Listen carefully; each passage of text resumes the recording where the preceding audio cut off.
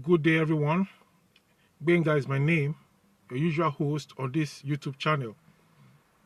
This day, I came to talk to you about the fact that attempting to do something great and failing is better by far than attempting to do nothing and succeeding.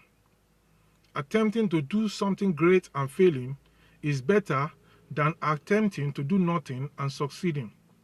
Many people that we have today, they wake up, attempt to do nothing, and the day runs over, and then they sleep again.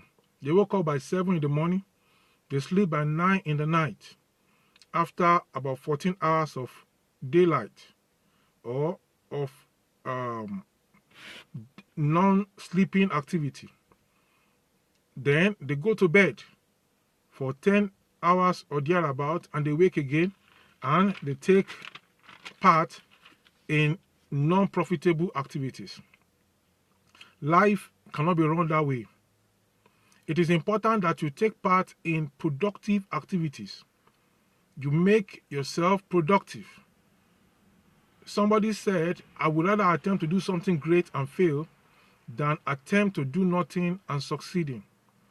I would rather attempt to do something great and fail than attempt to do nothing and succeed. This is a fresh start as we have at hand at the moment. Attempt to do something great. Attempt to do something great. It is better you attempt to do something great and you fail than that you attempt to do nothing and you succeed. When you attempt to do nothing, you are likely to succeed at doing nothing, because nothing times nothing gives you nothing. Nothing times 1, nothing times 2 will still give you nothing. So it's important that you attempt to do something great, and I bet you, if you attempt to do something great, you cannot fail totally. Even if you don't achieve the great thing that you attempted to do, I can assure you, you are going to learn a skill. Many people are in the learning stage of their life. They learn in the classroom. The classroom is this place where they learn, and they keep on learning in the classroom over and over. But life experience is different from classroom experience. There's a need to reach out and reach outside of the classroom if you are going to make any sense and any meaning out of life. Now, take for instance, some people learn about how to operate a patient that has some internal injury. They learn it in the classroom. They hear the professor and the lecturer tell them, the teacher tells them how it is done. But they do not have the opportunity to experiment, to practicalize.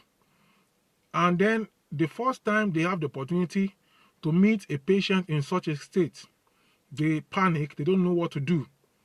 But take for instance another individual. That individual may not go to school, may not be as schooled as the other fellow who has been in the class all this while. And the individual follows a surgeon to the theater and comes out to the surgeon from the theater and sees everything the surgeon is doing day by day, week in, week out.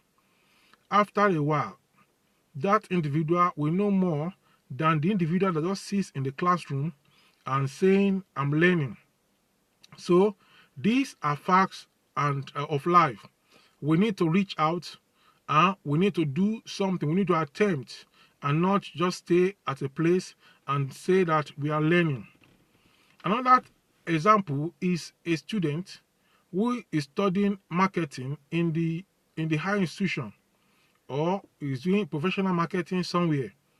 And then the student is in the classroom, and another individual is not in the classroom, does not have the opportunity to go to the higher institution, but he goes around and he meets people. He goes to the bank, he goes to the oil company, he goes to different sectors, he goes to different companies and meets them and tells them, this is what I do, this is what I'm into.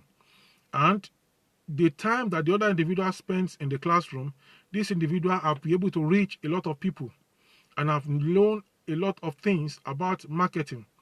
By the time the other individual comes out of school, if he's not careful, if care is not taken, if we start learning the rudimentary knowledge of the marketing of products, and that will not be too good because the other individual is schooled in marketing in the classroom. The other individual is schooled in marketing on the field. So there's big difference between the two. The one on the field understands the language of the field. The one in the classroom understands the language of the classroom. That is why if you're a student of marketing, attempt to do something great on your own, even without your supervisor or without your lecturer or without anybody telling you or giving you the assignment. Why can't you get a product and try to market that product? You're a student of marketing, for crying out loud. And all through your university, you are unable to market even a product. Why can't you reach out and market one product on your own? If you're a student of accounting, why can't you look for somebody whose account you can help to balance even before you finish school and the person gives you a token? Why can't you get stores around and advise them and tell them, this is what I've learned in the school. I can help you to balance this your account. I can help you to know if you're making profit or you're making a loss. And if you're making a profit, I can tell you what to do to be able to know exactly how much you are making. Why can't you offer such services as you are being taught and you are learning it in the class as you are being taught? Now, if you are a student of other courses like catering, like home economics, and then like you can cook food science, why can't you reach out to eateries in town where you are learning? And as you learn certain things to certain extent you have learned, you go to eateries, you see areas that need improvement. Why can't you offer them free consultancy? And if they see the improvement in their sales, they can reward you on their own and even engage you more. Why are you waiting and saying until when you finish school, then that is when you are going to go out and begin to look for a job? Why can't you create that job for yourself? If you are able to succeed in one of the areas, then you can go on and meet other people and tell them that you can help them to market their product. And if you're able to market the product, that is how you will go on and on to be able to succeed in marketing or in helping and their consultancy. Somebody told me about a consultancy program he attended some time ago, and I asked him, were you able to consult for somebody? The person said, no, everything we learn is what I already know. See, the time has come for you to reach out. All this knowledge that we are just piling up of knowledge. Just piling knowledge every time you're piling knowledge. There's no point. Reach out and make use of the knowledge that you have gained. Let the people you are training reach out and make use of the knowledge. That is going to create greater appreciation of what they have learned. Those people who are apprentices in outside of classroom schooling system, what they do is that they are apprentice. When they are taught, maybe let's assume the apprentice they are learning is carpentry or furniture works. The moment that person will not stay for about 6 months. By the time he stays for 6 months, he will start earning some amount of money. This aspect is lacking in the educational system in most places. They don't let the people know that after education you have to pursue money. People just think education is education. Then after they have finished education, then they now start knowing that education that they learn is for them to be able to earn, to be able to get money to cater for some needs. This ought not to be. During the educational program, there should be a way by which people can see how they can be able to practically use the knowledge I've gained to get finance and to add value to whatever body they're looking up to give them the finance. Value must be added. Value must be added. Attempt to do something great and fail is better than attempting to do nothing and succeeding. So rise up. This is the time. This is the time. This is the time. Think of something to do. Think of something to do. There's a lot of things you can do. If you don't know what you can do, email me at neugbenga@yahoo.com. neugbenga@yahoo.com. Email me and I'm going to assist you in knowing what you can do part-time. What you can do part-time. Don't email me asking me to give you money. Ask me to give you money to start your business. That is not what I do. I am a consultant. I am a speaker. I am a motivator. I'm going to tell you what you can do, but I am not going to do it for you. Another says they can help someone to get a job, but they cannot do the job for the individual.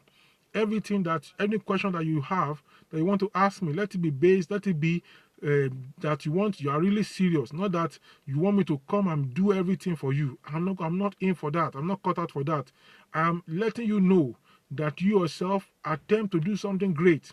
Attempt to do something great. It's better you attempt to do something great and fail than attempting to do nothing and succeeding. This is a new year. This is a new day. Start something. You are finished school, you are waiting, you are saying you are looking for employment. You can create employment with the knowledge you have gained from the university. I'm telling you, I go to some places, I see some things, and I see that if I tell them to do this, they do this, they do this, and they do it, it will increase their sales. And I can give you those hints. And if you use them and you go ahead and use them, you will see that things will change. This time, attempt to do something great. Attempt to do something great. Attempt to do something great. I'll see you in my next video. Remember, please, to subscribe and to share this video with other people. I'll see you some other time. Bye for now.